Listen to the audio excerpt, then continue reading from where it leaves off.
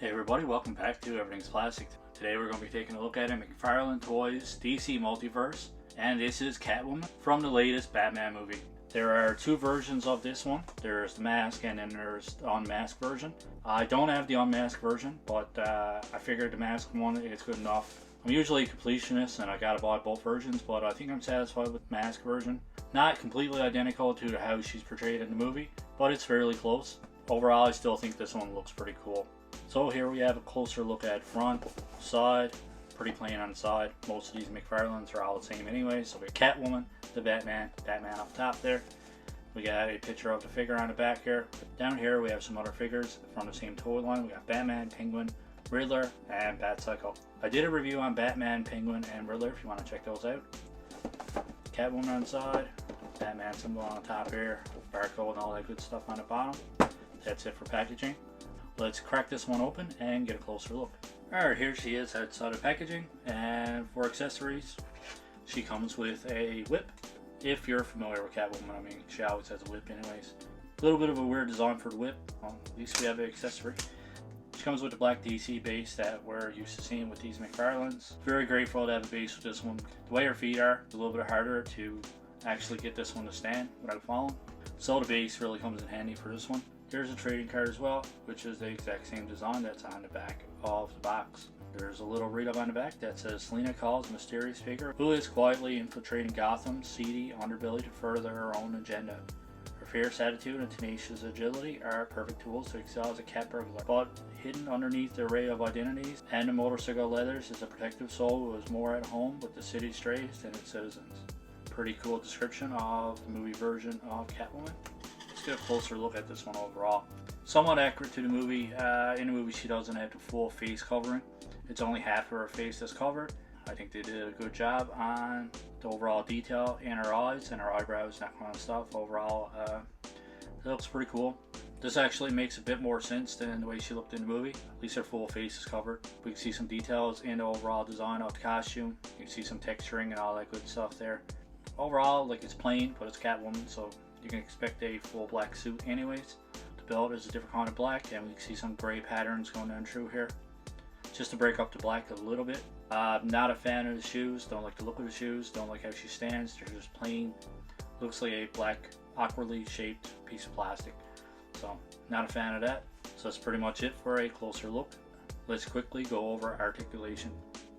Forehead goes back this far, forward this far. You do have a little bit side to side, you got full rotation there. The neck on this one is very, very stiff. Her shoulders go up this far, all the way around. There is a bicep swivel. You do have a butterfly joint too, which you do get a little bit of range of motion out of that one. She does have double jointed pin elbows, which you do have awesome articulation out of that, awesome movement. And for her wrist, the wrist goes back, forth, all the way around. She does have a ball joint here at the torso, so it goes back this far, forward this far, so you get a pretty decent range of motion, and you do get a full rotation all the way around. You do get some side to side. There seems to be another ball joint down here.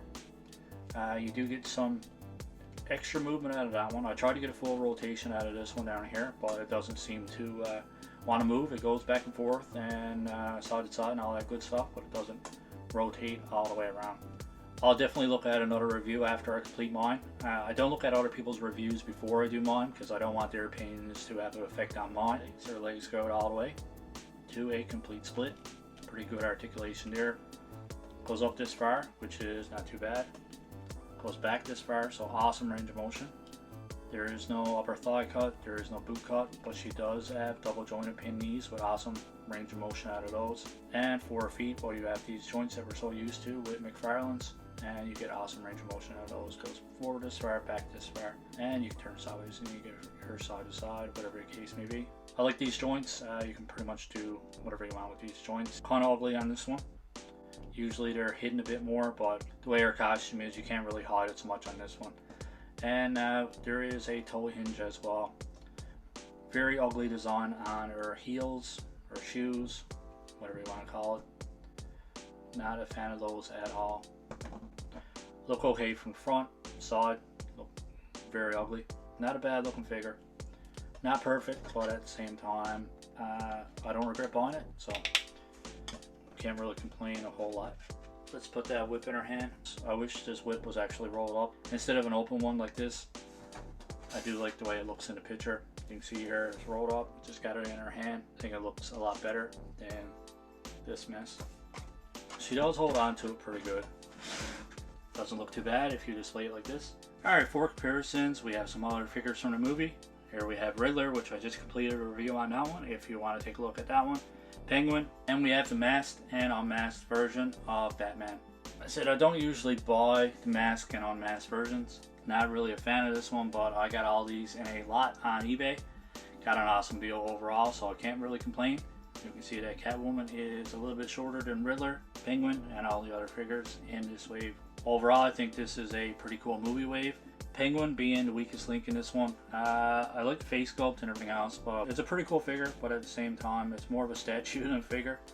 I think they did a pretty good job with it, but it's definitely my least favorite one from the wave. Alright, so that pretty much wraps up our unboxing and figure review. Overall, I think I'm going to give this one 7.5 out of 10. Like I said, it's not 100% accurate to the movie. It does have pretty decent articulation overall. Very little paint on this one, just an all black plastic mold. Not really a fan of the whip. This one just kind of feels a little bit cheap to me. So I think 7.5 out of 10 is a pretty decent score for this one overall. It's not a bad figure, but at the same time, it's not the greatest figure. They did do a lot of stuff right in this one, but there is a few things that kind of bother me with the overall design. As always, let me know in the comments below what you think of this figure, what you think of my score, and what you thought of Batman the movie. I think Zoe Kravitz did a good job with this. Decent portrayal of Catwoman. Not my favorite portrayal of Catwoman. I mean, I'm old school, so I like the old school Batman movies. I like Michelle Pfeiffer as Catwoman. But yeah, overall, loved the movie. Pretty cool storyline. The only complaint about the movie, it was way too long. It's hard sitting there for 3 hours, man, trying to watch one movie, but I still enjoyed it. Once again, guys, thanks for watching. If you like our review, don't forget to give us a thumbs up. Click on that like button.